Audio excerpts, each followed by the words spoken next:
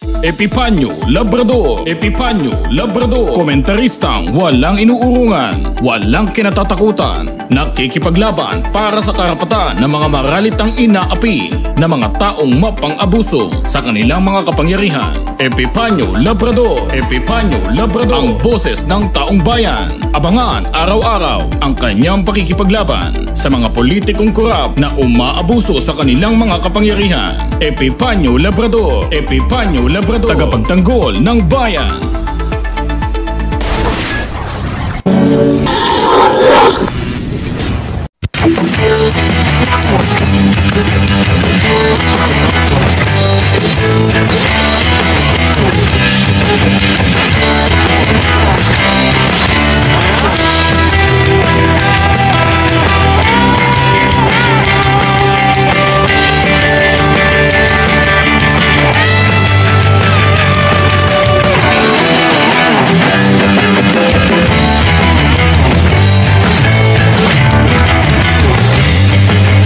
Magandang hapon po sa inyo lahat mga minamahal kong mga kababayan. Muli nandito na naman po ang inyong lingkod, Epipanyo Labrador, sa ating programang Sibilyan Anti-Crime Group, Epipanyo Labrador.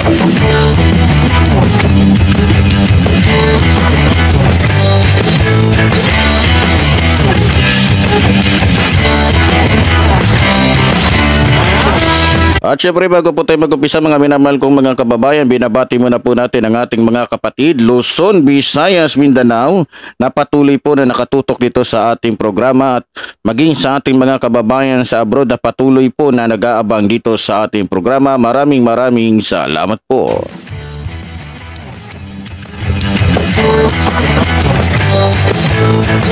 At syempre sa hapon po ito mga minamahal ko mga kababayan, binabati po natin ang ating National Vice Supreme Commander Roldan Dumdum.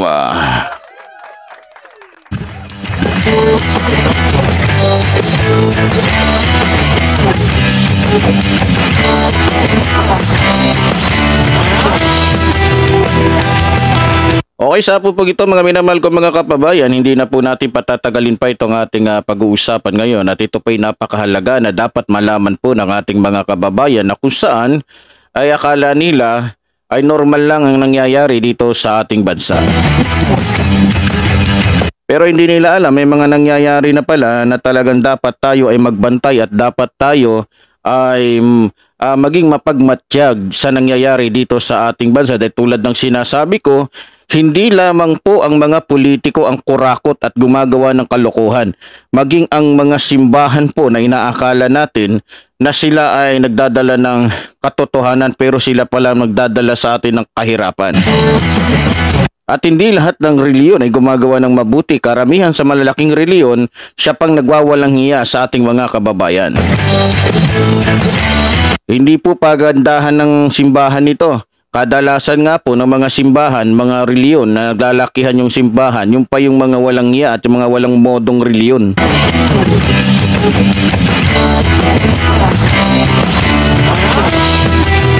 Bago po ang lahat mga minamahal kong mga kababayan, bago po natin mabigyan ito ng reaction, gusto kong panoorin muna natin itong napabalita nga na 3 bodega ng bigas ang nasa kote ng ating pamahalaan, na kung saan kaya pala naghihirap, nagtataasan ng presyo sa ating bansa ng ating mga bigas dahil may mga walang yang reliyon, mga walang magawa sa buhay na ginagamit yung kanilang kapangyarihan. Malakas sila sa custom. Hanggang ngayon po malakas sila sa custom. Mga walang yang ito yung walang yang reliyon na talagang ayaw na ayaw ko pasukan dahil napakawalang yang nga. Habang naghihirap po yung ating mga kababayan sa bigas, sila naman po nag-iimbak. Tinatago nila gamit yung kanilang mga pera. Inuubos nila lahat para hindi makapunta sa merkado, para pag makapunta man sa merkado, itong mga ini-import na mga bigas ay mahal na. Yung dating ako nga po pinabili ko yung aking anak na panganay, yung tag 42, ngayon po ay tag 55 na. Ngayon, yung tag 50, naging 60 na. Mayroon pa nga pong bigas ngayon na 70 na. Nakakalungkot po isipin mga minamahal kong mga kababayan, at balita ko, higit pa sa 70 ang kilo ngayon ng bigas. Para po mas maintindihan natin at bago natin banatan tong walang niyang reliyon na to, na walang magawa sa buhay, ang ganda ng simbahan nyo, kunyari ang ganda ng turo nyo, pero mga balasubas kayo. Ipinakandado ng Bureau of Customs ang 3 bodega sa Bulacan na nag-iimbak umano ng mahigit kalahating bilyong pisong halaga ng bigas. 3 buwan na raw nakaimbak ang ilang bigas na kung ibinente, makakapagpababa umano ng presyo ayon sa isang kongresista. Modus din umano ng bodega na iribag ang mga bigas para palabasing lokal. Nakatutok si June Veneracion. Sa harap ng sumisipang presyo at kakulangan ng supply, 3 bodega ng bigas sa Bulacan ang pinasok at ininspeksyon ng Bureau of Customs kasama ang mga lider ng Kongreso. Higit 200,000 sako ng bigas na nagkakahalaga ng kalahating bilyong piso ang nakita sa mga bodega. You have to check also kung yung mga importations pa nila tama. May nag-hoard ba? Meron bang nag-smuggle? Initially po, ang natanggap po kasi natin informasyon meron pong mga smuggled na bigas na nandito po ngayon sa Intercity. May mga sako ng bigas na 3 buwan nang nasa bodega na ayon sa House Speaker ay mistulang hoarding. Kung ibubuhos lang daw ang supply sa merkado, malaking tulong ito para hindi sumipa ang presyo. Kasi pag yung budo mo, pag in-hoard mo, tumataas. Greed yan eh. Di ba gusto mo kumita? Di ba maghantay ka ng konti, uy, mas malaking kita. Hindi, ibaba mo na. Lumabas din sa inspeksyon na ang mga imported na bigas ay inililipat sa mga sako ng mga local producer na posible umanong modus para ilusot sa merkado ang mga smuggled na bigas o palabasing lokal na bigas. Mas mahal daw po ng konti ang lokal kasi mas tinatangkilik dahil mas masarap daw po, mas may lasa at mas maganda po ang kanilang kita. Ipinadlak na ang mga bodega habang binigyan ang mga may-ari ng 15 araw para magsumite ng mga dokumentong magpapatunay na dumaan sa tamang proseso ang mga imbak na bigas. Kompleto naman po kami sa papel. Wala po kami tinatago. Lahat po yan may permit. Yang mga yan, legal naman yan. Siyempre, nagulat kami. Dahil hindi namin alam ba't kami hinanapan, hindi naman kami importer. Kami middleman lang naman kami. Bukod sa 3 bodega na ininspeksyon ngayong araw dito sa Bulacan, meron pa raw 20 bodega sa Metro Manila at Central Luzon ang sunod na target ng Bureau of Customs. Dahil base sa intelligence information ng ahensya, nagtatago ang mga ito ng libu-libong sako ng smuggled na bigas. Para sa GMA Integrated News, June Veneracion, nakatutok, 24 oras. Ayun po, mga minamahal kong mga kababayan. Ito po, bakit po ang unang inintrada ko ay reliyon? Base po sa ating nakalap na impormasyon, yung bodega po na yan na pinasok dyan sa Bulacan ay malapit po sa Philippine Arena na pagmamay-ari ng Iglesia ni Cristo. Ito, tatapatin ko na kayo ka George, pasensya ka na. Nakiusap ka sa akin na wag natirahin ng Iglesia ni Cristo dahil etc. etc. Pero sa nakikita ko ngayon, pasensyahan mo na tayo ka George Dahil talagang titirahin ko tong reliyon ninyo. Mga hinayo pa kayo dyan sa INC. Mga wala kayong magawa, mga wala kayong modo, mga hayop kayo, mga demonyo kayo. Para po maintindihan ninyo, ito pang nagmamay-ari nito, ay mga INC po. Tinatago nila yung mga bigas sa kaanong kaparaanan. Para po maintindihan ninyo, mayroon po tayong informante. Ayan po, makikita nyo sa screen. Yan po yung aking informante na nagsasabi sa akin dito ng mga pangyayari. Yan din po ang informante ng ating DILG Secretary Benjamin Abalos. Hindi po siya pwedeng ipakita sapagkat siya po ay special agent. Talagang nanggigigil ako sa ginagawa. Naghihirap po ang ating taong bayan. Halos hindi na makabili ng bigas. Yung ating mga mamamayan na mahihirap hindi na makabili ng bigas. Halos yung kanilang kain halos ayaw na nila maglagay ng bigas sa kaldero para lang hindi maubos yung bigas. Samantalang yung higanteng reliyon na to, putang inang ito. Mga putang ina nyo dyan sa INC. Mga hayop kayo Naghihirap yung taong bayan. Samantalang kayo, tinatago ninyo, mga hinayupak kayo dahil malakas kayo sa custom. Napahiya yung custom.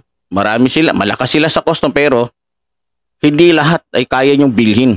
Tulad kang kay Ernie Tevez, hindi lahat kaya nyong bilhin, kaya nyong takutin, kaya nyong anuhin. Hindi ako nagagalit dito dahil para sa akin. Nagagalit ako sa reliyon na to na walang magawa sa buhay, puro kasamaan. Kailan ba kayo matututo dyan sa INC na gumawa ng kabutihan sa kapwa ninyo? Ha? Kailan kayo magiging totoo sa sarili ninyo? Biro mo bumili ng maraming mga bigas. Nung nakarating na dito sa Pilipinas, tinago. Ang ginawa, nilagay sa sako ng Pilipinas. Para sabihin na yung mga bigas na yan hindi galing sa ibang bansa, dito pa rin sa atin. Pero sa mahal na presyo. Para patunayan ko sa inyo na Iglesia ni Cristo may-ari nito, ayan po, makikita po sa ating screen. Kitang-kita po sa sako. Alam naman natin yung logo o yung bandila ng Iglesia ni Cristo. Na nagpapakilalang Iglesia ni Cristo, tulad ni Kibuloy, nagpapakilalang anak ng Diyos, pero demonyo, hayop. Mga kababayan, grabe. Grabe kayo. Diyan sa pamunuan ng INC, nakuha yung mga na yan sa Bulacan. Mismong gilid lang ng inyong Philippine Arena. Ginagamit nyo yan para propaganda, para pang paano sa inyong pangalan. O basahin nyo po to. Ayan o, di ba? Yan po ang mensahe sa atin dito ng ating pinagkakatiwalaan na impormante. Mga kababayan, hindi ko na po alam. Grabe. Ganun na ba talaga talamak pati ang bigas na para sa Pilipinas ininegosyo nyo ng mahal? Papatayin nyo ba talaga yung mga mahihirap dito sa ating bansa? Kayong mga hinayupak na mga mayayaman? Sasadyain nyo ba talaga na maghirap itong ating bansa o sinasabutahin ninyo si Bongbong Marcos para masira sa taong bayan? Para sa susunod na eleksyon, si Sara Duterte ang maging presidente. Pero para sa akin, kung si Sara Duterte man lang din ang tatakbo, mas mabuti pang isigaw ng taong bayan na tumakbo si Rapi Tulfo kaysa magkaroon ulit tayo ng isang presidente na puro mga MPA at mamamatay tao. Nakakapakinig kayo ng laman. Tao pa ba kayo dyan sa INC? Wala kayong pinagkaiba sa mga kulto. Mga santambak kayo ng mga inutil. Mga santambak kayo ng mga sinungaling. Dati hindi ako nakikinig sa mga pastor . Hindi ako naniniwala dati kay, sino yun? Yung sa dating daan ba yun? Kay, sino ba yun? Daniel Soriano ba yun? O, sino ba yun? Eli Soriano? Hindi ako naniniwala sa mga, pero ngayon naniniwala na ako. Santambak kayo ng mga dyan, mga inutil, mga santambak kayo ng mga mapagpanggap na mga mababait na reliyon, pero mga pala kayo. Hindi man lang na-advise ng inyong admin dyan sa INC na huwag natin ganunin kasi Iglesia tayo ni Cristo, dapat maging tayo, matulungin tayo. Dapat tumulong tayo sa ating presidente. Wala, parang sinasabutahin nyo pa. Kaya Bongbong Marcos, huwag ka na, nananawagan ako sa ating butihing presidente, please, huwag ka naman magtanga-tangahan. Tama na yung pagiging tanga-tangahan mo, tama na yung nakikiramdam ka lang. Ginagago ka na ng mga kakampi mo, lalong-lalo ng mga Duterte. Ito yung sinasabi ni Percy Lapid noon, na talagang tatraidorin ka ng mga ito. Sana Bongbong Marcos magising ka sa katotohanan na yung iniisip mong mga kakampi. Hinihila ka na ngayon pailalim. Tama na. Buti na lang may Romualdez. Buti na lang may ibang mga congressman na hindi pumapayag na mabayaran sila ng INC. Magpasalamat po tayo. Salamat po talaga kay Romualdez sapagkat hindi sila kayang bayaran ng mga INC. Kayo dyan sa custom, mga ano kayo, buhay pa kayo para na kayong mga patay na susunugin sa kasamaan ninyo dyan. At hinahayaan ninyo na maging tuta at aso kayo ng INC. Dahil mga INC mga nandiyan dyan. Kaya nga pag nanalo itong si Rapi Tulfo, pakiusap. Tanggalin lahat ng pwesto ng mga reliyon INC. Huwag bigyan ng katungkulan, puro masasama yung mga yan. Walang mga puso yung mga yan. Namamayag pagka may katapusan din kayo. Ito lang sasabihin ko sa inyo, kayo mga INC. Lahat ng kahayupan ninyo, kasamaan ninyo, may katapusan yan. Mapapareho talaga kayo kay Arnie Tevez. Nanahimik na ako eh. Kasi nakiusap yung kaibigan kong ministro. Kung pwede, tigilan na. Pero ano to? Ipaliwanag nyo sa akin ano to? Ayan o, nakatatak pa dyan sa sa sako. INC. Ano kayo, bulag? Talaga naman. Mga kababayan, parang wala na talagang magagawang matino itong INC. Naglalakihan lang yung simbahan nito, nagagandahan, pero yung mga puso nito, kaya totoong sinasabi ng Diyos, huwag kayong titingin sa mga bagay dito sa mundo na maglilin lang sa inyo. Maganda nga simbahan ninyo, mga hayop naman kayo. Doon na lang ako sa simbahan na simple, maliit, pero totoo yung nangangaral at totoo yung mga tagasunod. Mas gugustuhin ko pang magsimba sa isang reliyon, na barong-barong lang yung pinag-aano. Kaya pala si Jesus Christ noon hindi nagtayo ng ganong kalalaking mga simbahan kahit kaya niya. Mas ginusto niya na sumunod sa kanya yung mga tao, hindi dahil sa kanilang mga nakikita at naglalakihang mga building na tinatayo ng mga reliyon. Kaya sinadya ng Diyos na ang mga tao sumunod sa Diyos nang walang kahit anong nakikita sa isang reliyon na mga bagay na maaring makaakit sa mga tao. Ang lakas ninyong mangakit dahil maganda. Kayo, established na kayo, marami kayo, makapangyarihan kayo. Ganyan ba tinuro ni Kristo? Ang daming general na iglesia ni Kristo ngayon na lumalabas ng mga drug lords. Ang daming mga pulis ngayon na pasabot ngayon. Diyan lang sa Senate hearing, balita ko, ilan yung iglesia ni Kristo dyan na pulis eh. Di ba? Kung titignan niyo, halos lahat na lang gumagawa ng kasamaan dito sa ating bansa, puro iglesia ni Kristo. Mga hinayupak kayo. Kailan kayo gagawa ng mabuti dito sa mundo? Kailan kayo gagawa ng mabuti dito sa ating bansa? Ginagamit niyo yung pangalan ng iglesia ni Kristo. Pero saan tambak na mga demonyo kayo? Mga inutil kayo. Kaya kayo mga iglesia ni Kristo, magsialis na kayo dyan. Wala kayong makukuhang mabuti dyan. Ang pinagmamalaki lang niya dahil mapersa, maraming abogadong iglesia, maraming pulis na iglesia, maraming colonel, general, etc. etc. Puro kayabangan lang, nagmumukha na kayong fraternity dyan. Tumigil na ako. Dahil akala ko titino na tong iglesia ni Kristo na to. Pero wala. Talagang hindi talaga. Talagang nasa pagkatao na talaga ninyo. Kung talagang may puso iglesia ni Kristo, nasa gilid nyo lang yung bodega. At sa inyo naman yung bodega na yan. Bakit hinahayaan yung maghirap ang mga kababayan natin? Anong purpose ninyo? Para pag naghirap na, balita ko, pag naghirap na daw talaga, tsaka nila ilalabas yan para magmukhang mabuti itong iglesia ni Kristo. Para sabihin ng mga tao, ay ang galing, mo strategy nila. Walang pinagkaiba kay Kibuloy. Pare-pareho kayong masusunog sa impyerno. Mga santambak na mga kayo. Mga manloloko kayo. Ewan ko talaga kung kailan titinutong ito yung laging nalalagay sa mga issue.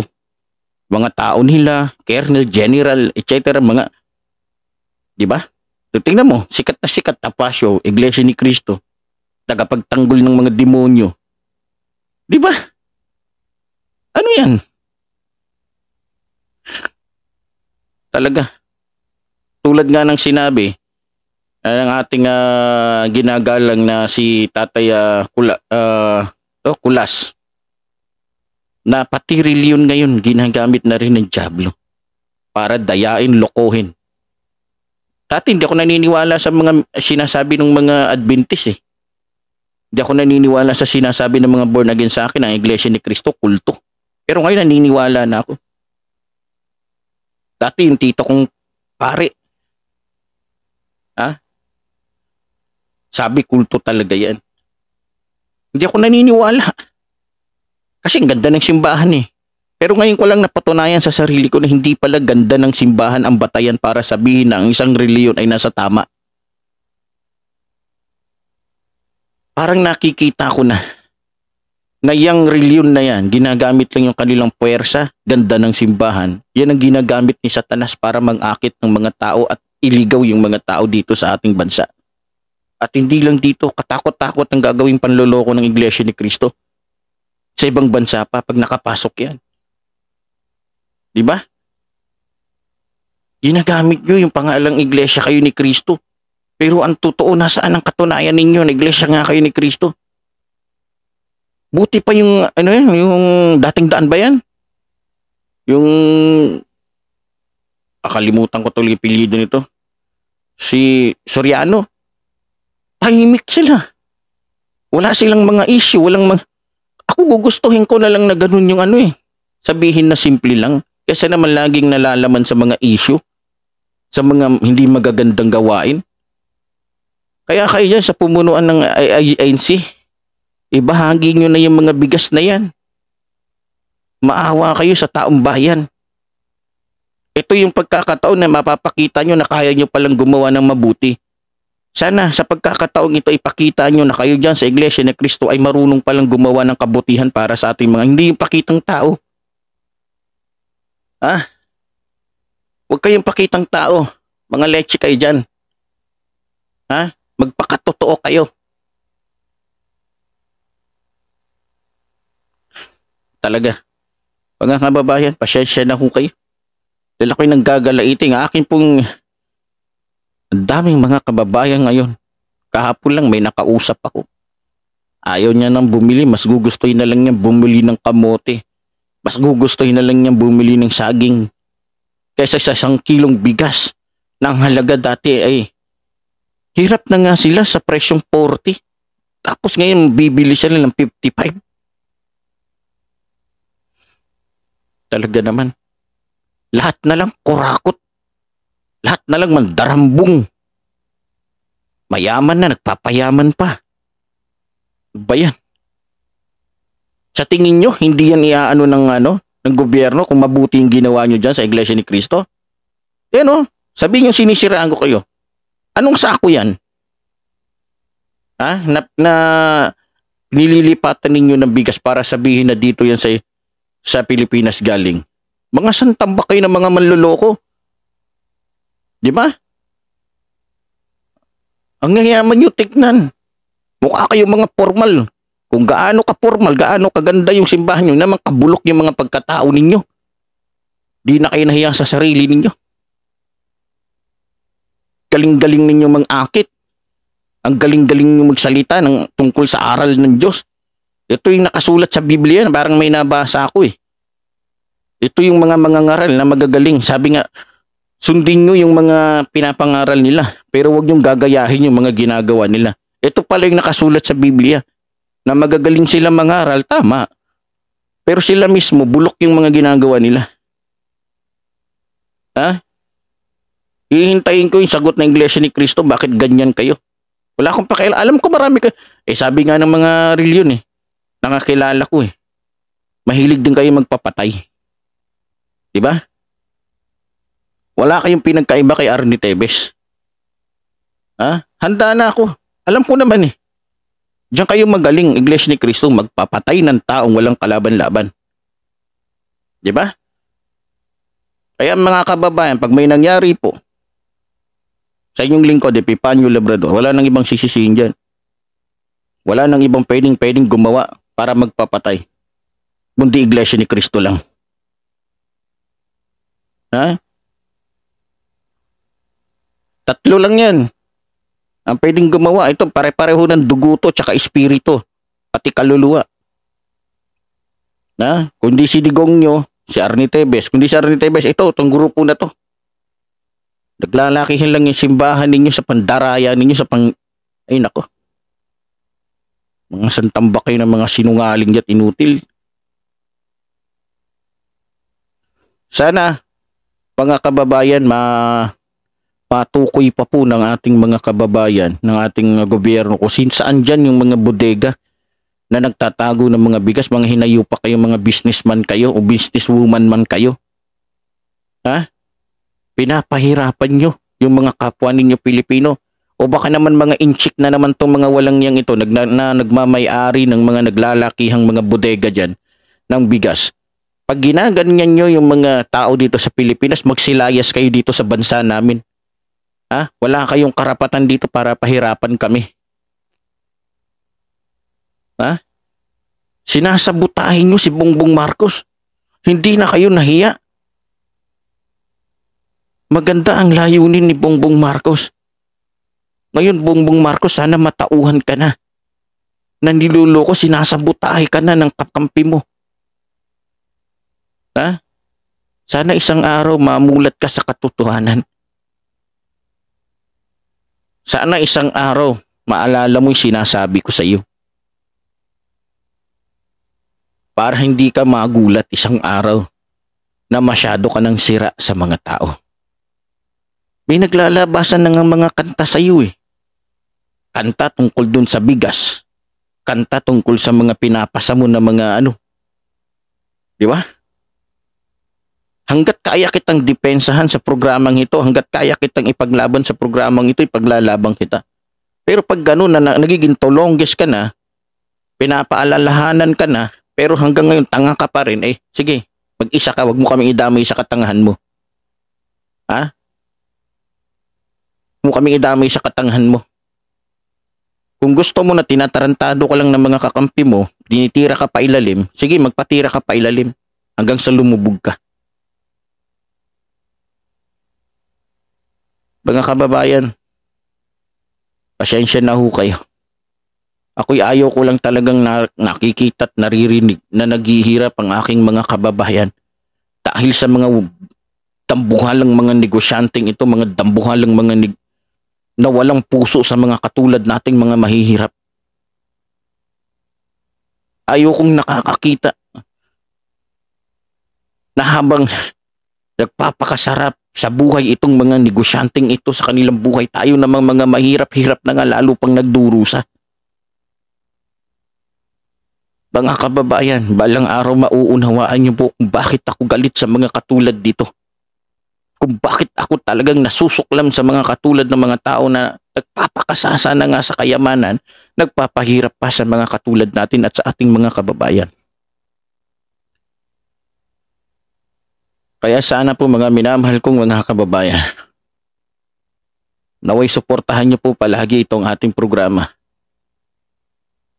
Nang tayo po ay makapagpatuloy at patuloy pa na makikipaglaban-laban sa mga dambuhalang mga reliyon na mga dambuhalang mga politiko, mga dambuhalang mga may ranggo sa ating bansa.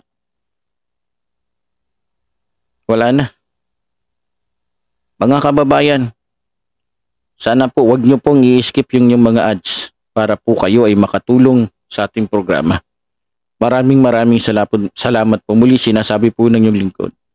Mabuhay ang ating inang bayan, mabuhay ang nagmamahal sa ating inang bayan. Maraming salamat po.